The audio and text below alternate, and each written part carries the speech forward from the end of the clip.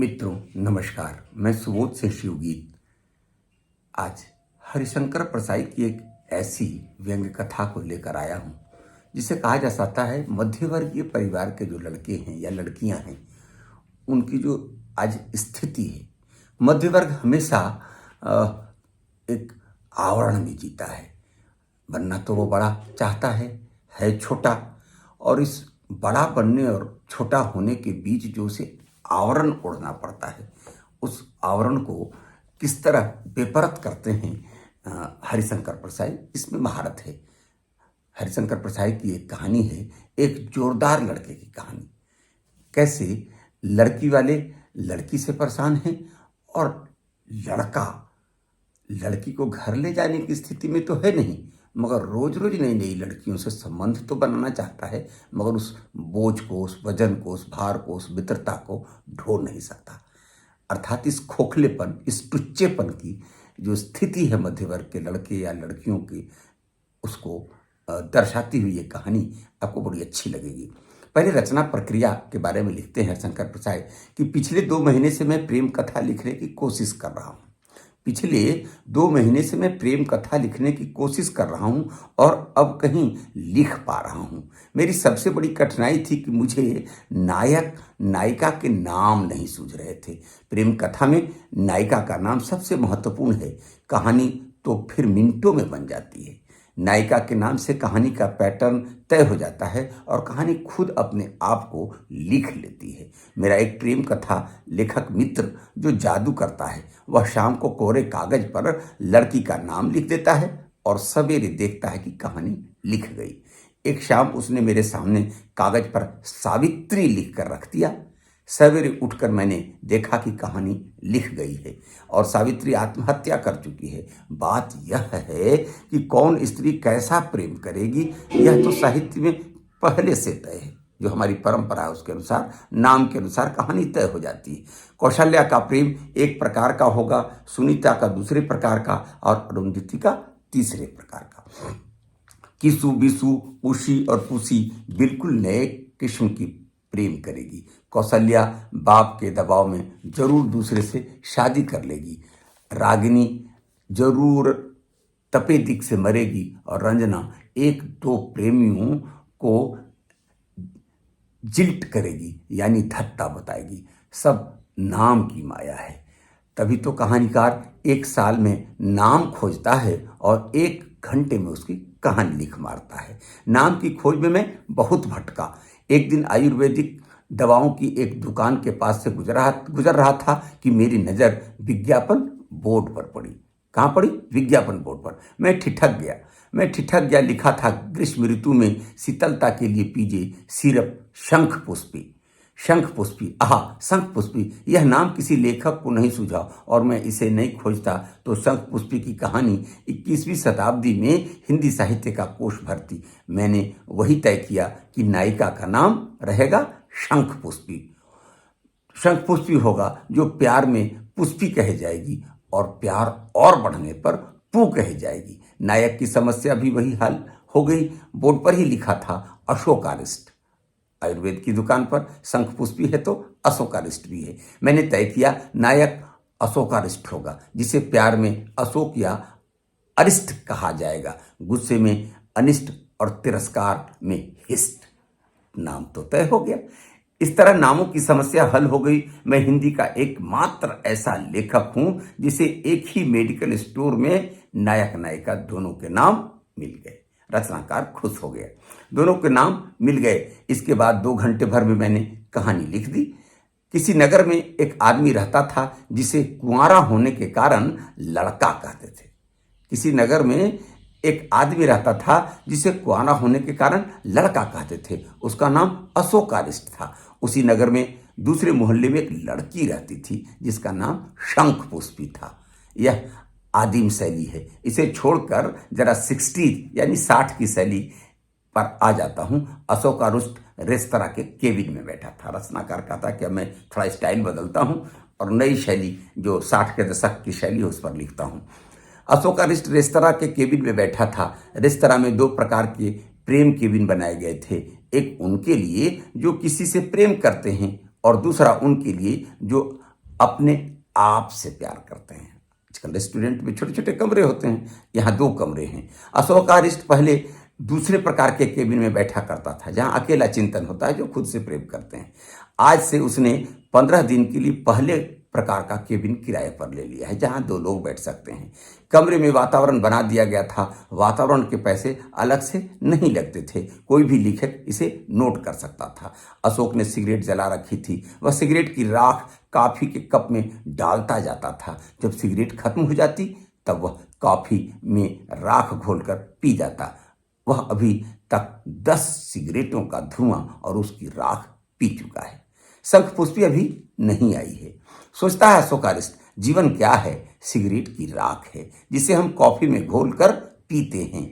वह घड़ी की तरफ देखता है, समय अर्थहीन है। वह दीवार को देखता है, दीवार उसे पसंद नहीं। वह बाहर का शोर उसे कचोटता है। क्या है हमारा अस्तित्व? महज एक अर्थहीन शोर। अपने पर चिंतन करता है अशोक अरिष्ट। उसने काफी का ताजा प्याला मंगा लिया और उसमें राख डालने लगा। वह देखता है, कॉफी को देखता है, राख को देखता है। हेलो अरिष्ट, शंखपुष्पी आ गई, जिसके इंतजार में 10 सिगरेट जला दिए इसने, वो आ चुकी है। हेलो अरिष्ट, शंखपुष्पी आ गई। वह देखता है, वह बैठ जाती है। पुष्पी पुष्पी पू। इस तरह का वार्तालाप लगभग आधा घंटा तक चलता है। वह कभी अशोक अरिष्ट कहती है तो हिस्ट कहती है, और इधर यह पुष्पी कहता है, और बाद में पू तक उतर जाता है। इस तरह का वार्तालाप लगभग आधा घंटा चलता है, मिनट 2 मिनट आधा घंटा, क्योंकि वो अभी एक दूसरे को देख रहे हैं, और वो एक दूसरे को देखते के साथ जो आत्मीयता का भाव जग रहा है। अशोक अरिष्ट रिष्ट तक हिस्ट तक आता है, और पुष्पी पुष्पी होते हुए पू तक आती है। लगभग आधा घंटा समय गुजर गया। इस तरह का वार्तालाप लगभग आधा घंटा चलता है। सिगरेट को कप में झाड़ते हुए और राख को कॉफी में घुलते हुए देखता अशोक अरिष्ट बोला, मुझे समझने की कोशिश करो पू। शंखपुष्पी ने कहा, तुम अपने आप को समझने की कोशिश करो अशोक। अशोक डूब गया, गहरे से बोला, मेरा जीवन एक क्रॉसवर्ड पजल है पू, जिसमें कितनी ही संदर्भहीन शब्द छिपे हैं। ऊपर से नीचे और नीचे से ऊपर मैं रिक्त स्थानों में अक्षर भरने की कोशिश करता हूं, पर शब्द ठीक नहीं बनते। तुम वह सीलबंद लिफाफा हो जिसमें सही हल रखा है। पुष्पी, तुम वह लिफाफा खोलो और मेरा सही हल निकाल दो। पुष्पी थोड़ी देर खिड़की से बाहर देखती रही, फिर बोली, मेरा जीवन एक गणित की पुस्तक है। मेरा जीवन एक गणित की पुस्तक है, जिसके अंत के उत्तर के पन्ने तुमने फाड़ कर रख लिए हैं। मैं प्रश्न हल करती हूं, पर उत्तर नहीं मिला पाती। तुम मेरे उत्तर के पन्ने वापस दे दो अरिष्ट। एक दूसरे को समझने की कोशिश कर रहे हैं, और सब कह रहे हैं कि हमको जानने के सारे मंत्र अब तुम्हारे पास चले गए हैं। अशोक अरिष्ट मौन, शंखपुष्पी भी मौन। आधा घंटा और बीत गया। अशोक अरिष्ट बोला, मेरी जिंदगी क्या है? एक इस्पात का कारखाना है जिसका ब्लास्ट फर्नेस नष्ट हो गई है। अशोक अरिष्ट की अभिव्यक्ति, तुम मेरी पंचवर्षीय योजना को क्यों सेबटाज कर रही हो मेरी पू? शंखपुष्पी सुनती रही और अपने में डूबती रही। उसने खिड़की से बाहर देखते हुए कहा, पर मेरी जिंदगी तो बोकारो का इस्पात कारखाना है। ये झारखंड का जो बोकारो है, पर मेरी जिंदगी तो बोकारो का इस्पात कारखाना है, जिसके लिए मदद देने का वादा करके तुम अमेरिका की तरह मुकर रहे हो। रिस्ट, मैं चाहती तो हूं, मगर तुम अमेरिका की तरह एक धोखेबाज दोस्त की तरह वादा तो करते हो, मगर अमेरिका की तरह जैसे इस्पात कारखाने के लिए कहा था, मगर संजय त्रो को नहीं, तुम मुकर जाते हो। शाम होने लगी, धूप मुरझा गई। अशोक अरिष्ट ने खिड़की से बाहर देखा, शंखपुष्पी ने भी खिड़की से बाहर देखा। दोनों उठ गए, दोनों उठे, दोनों 2 सिराओं की ओर मुड़े। शंखपुष्पी ने कहा, मेरी मोमबत्ती दोनों सिरे से जल रही है अशोक, मेरी मोमबत्ती दोनों सिरे से जल रही है अशोक। अशोक अरिष्ट ने कहा, मेरी मोमबत्ती तो हवा के कारण आग ही नहीं पकड़ रही। बड़ा सांकेतिक है। शंखपुष्पी ने कहा, मेरी मोमबत्ती दोनों सिरों से जल रही है अशोक, वो तो पूरी तैयार है। अशोक अरिष्ट ने कहा, मेरी मोमबत्ती तो हवा के कारण आग ही नहीं पकड़ रही है। दोनों गुमसुम खड़े रहे। शंखपुष्पी ने कहा, जाना ही होगा, तुमसे दूर एक क्षण एक युग के बराबर भारी हो जाता है। अशोक अरिष्ट ने टोका, यह तुम क्या कहती हो, 30s की प्रेमिका की तरह? बातें शरीर से दूर होकर भी मैं हमेशा तुम्हारे पास हूं। अपने हृदय में झांक कर तो देखो, वहां मैं निरंतर हूं। शंखपुष्पी हंसी, कहने लगी, तुम भी 20s के नायक जैसी बात कर रहे हो, 1920 के नायक जैसी बात कर रहे हो। अशोक अरिष्ट ने कहा, हाँ पुष्पी, हम सभी पीछे जाते हैं। आदिम अवस्था की दिशा में हमारे भीतर आदिम अग्नि है ना। दोनों विपरीत दिशा में चल पड़े। एक दिन केबिन से उठते उठते अशोक अरिष्ट ने कहा, पुष्पी, आज केबिन का किराया खत्म होता है, कल से हम यहाँ नहीं बैठ सकेंगे। मैं कल एक सप्ताह के लिए जा रहा हूं। कहाँ? शंखपुष्पी ने कहा, एक पहाड़ी डाक बंगले में, दूर, इस शहर से दूर, इसके अर्थहीन कोलाहल से दूर, मुंह फैलाए बसें निगलती हुई इन सड़कों से दूर, सबसे दूर। वहां क्या करोगे? कुछ नहीं करूंगा, कर सकता ही नहीं। वहां एकांत है, शून्य है। मैं निश्चिष्ट अपने को डाल दूंगा, पहाड़ी की संध्या में खो जाना चाहता हूं। और मेरा क्या होगा अशोक? शंखपुष्पी पूछती, और मेरा क्या होगा अशोक? तुम तो सन्नाटे में एकांत में चले जाओगे। कुछ नहीं होगा, किसी का कुछ नहीं होता। शंखपुष्पी की आंखों में आंसू आ गए। अशोक अरिष्ट रुमाल में मोती बटोरने लगा, बोला, यह क्या 30s की लड़की जैसी रोती हो? शंखपुष्पी हंसी, तुम भी तो 30s के प्रेमी जैसे आंसू पोंछ रहे हो। आदिम अग्नि और निर्जन गुहा। अशोक अरिष्ट पहाड़ी डाक बंगले के बरामदे में बैठा है। शाम हो गई है, आसपास धुंधल का है, सर्वत्र उदासी, घुटन, नीचे झोपड़ियां हैं जिनके छप्परों से धुआं निकल रहा है।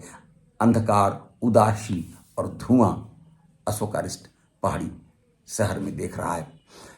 हर शाम अशोक देखता है और अपने में डूब जाता है। सोचता है अशोक, शाम और धुआं, मेरे भीतर शाम बस गई है और धुआं छा गया है।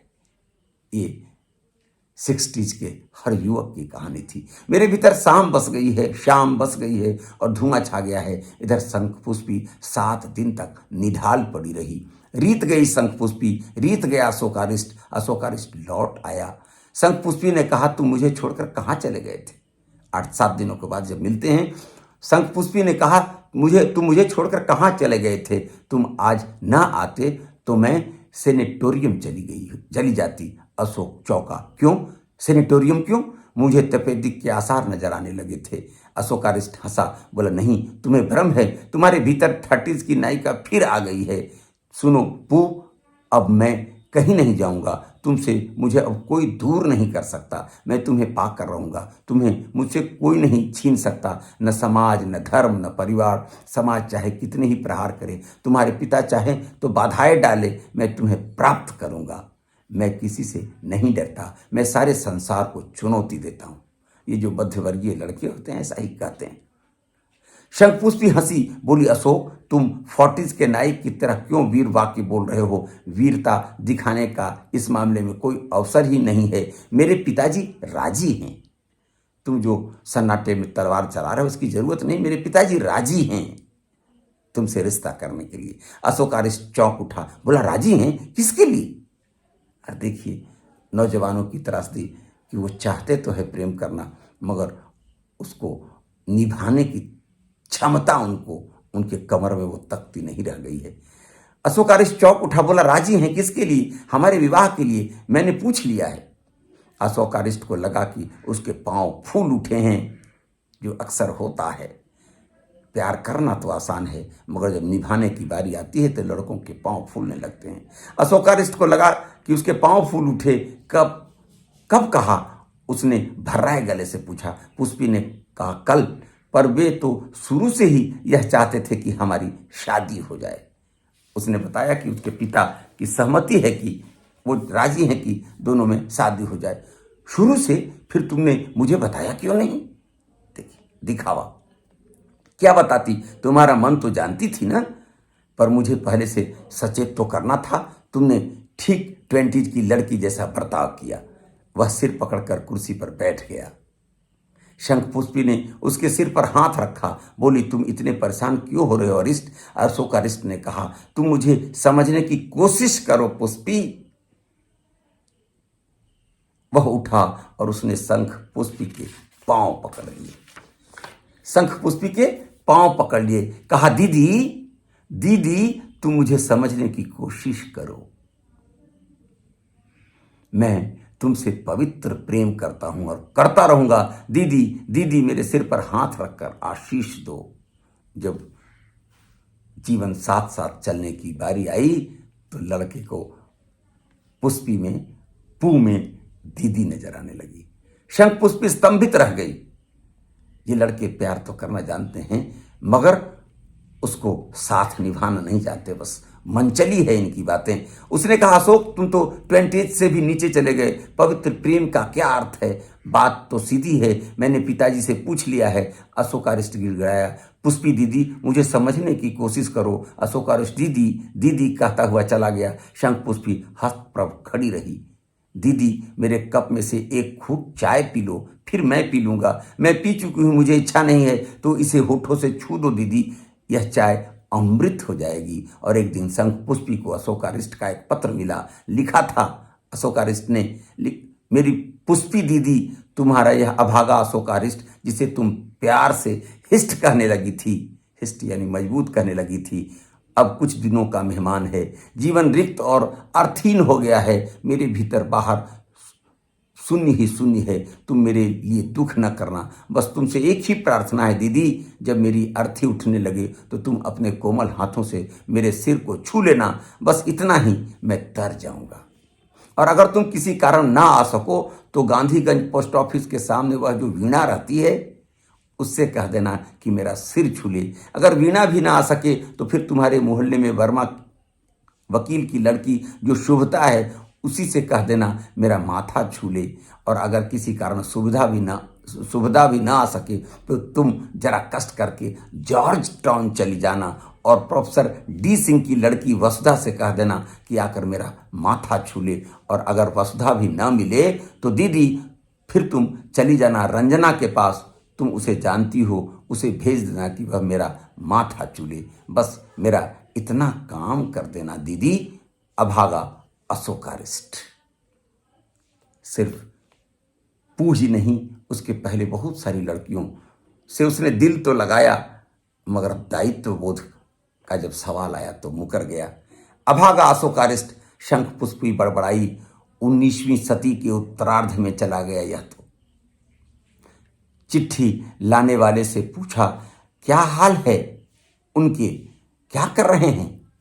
अब वो जानना चाहती है, चिट्ठी लाने वाले से पूछती है ये जो चिट्ठी लेकर आए हो तो वो अशोकारिष्ट कर क्या रहा है? नाम तो अशोकारिष्ट है, मजबूती वर्धक, मगर कर क्या रहा है? उसने जवाब दिया बहन जी वे चौक में चाट खा रहे थे अभी, बहन जी वे चौक में चाट खा रहे थे अभी। ये एक जोरदार लड़के की कहानी है। आज ऐसे जोरदार लड़कों की कमी तो नहीं, बहुतायतता हो गई है। कहानी अच्छी लगी होगी तो मुझे अवगत कराएंगे, शेयर करके, सब्सक्राइब करके, अपने मंतव्य देकर, ताकि सुबोध सिंह शिवगीत पुनः एक कहानी लेकर आपके बीच आ सके। बहुत बहुत धन्यवाद, आभार।